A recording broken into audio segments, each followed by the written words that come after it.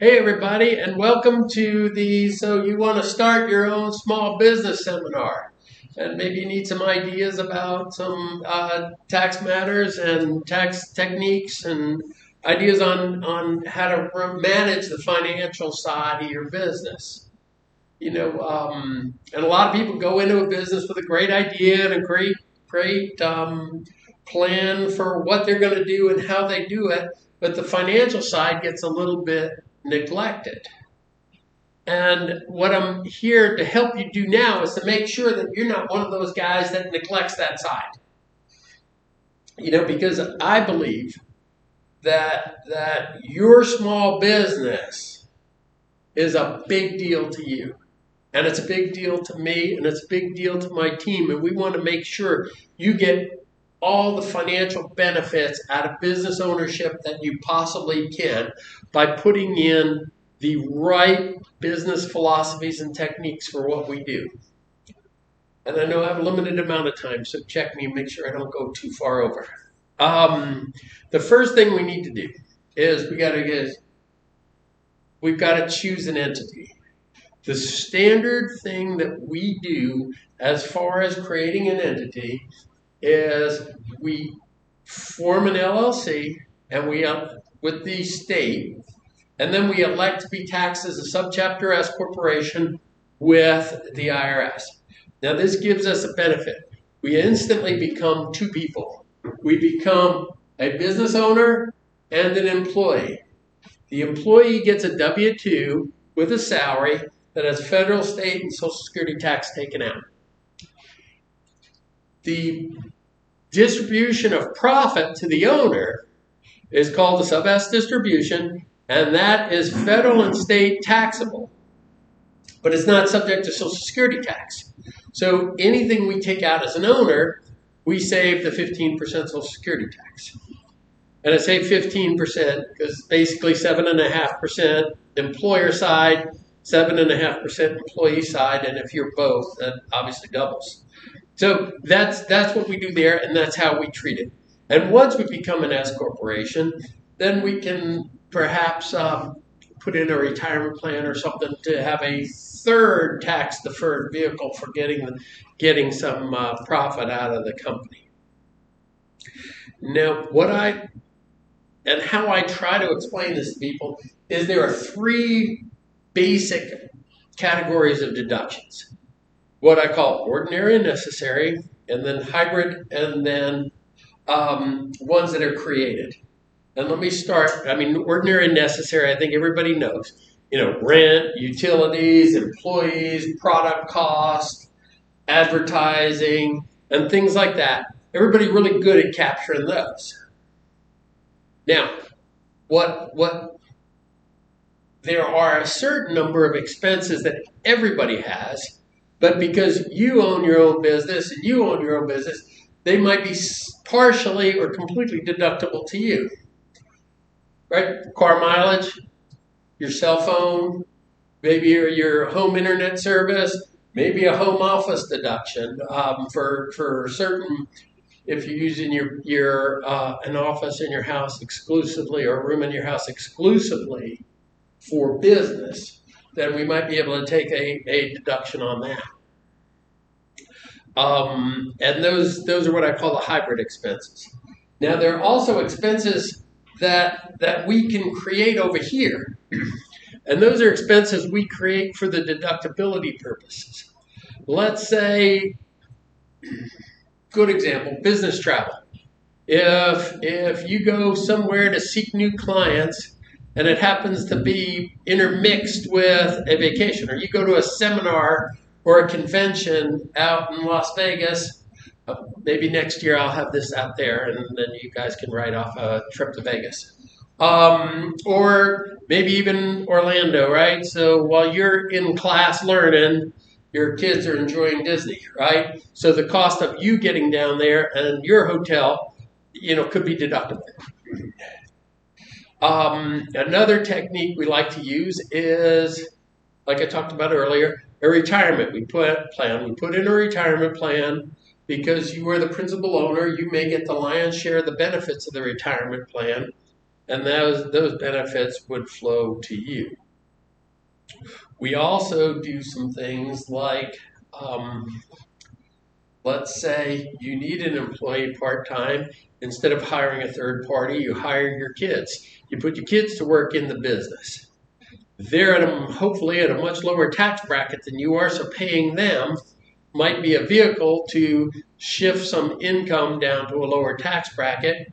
And in fact, I've had some clients do that for their parents as well. Again, if you're supporting your parents, maybe you can put them to work somehow in the business, let them earn some money, let them pay at lower tax rates than what you might have.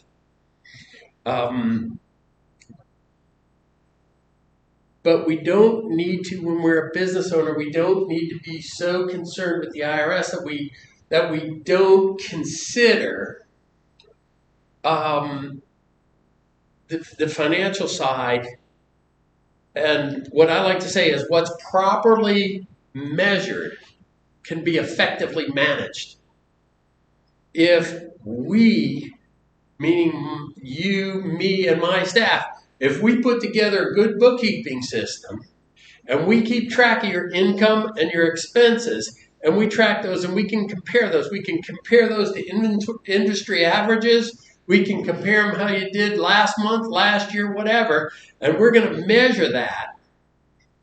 And then we can determine, what we need to do and how we need to improve. Getting that timely is so important.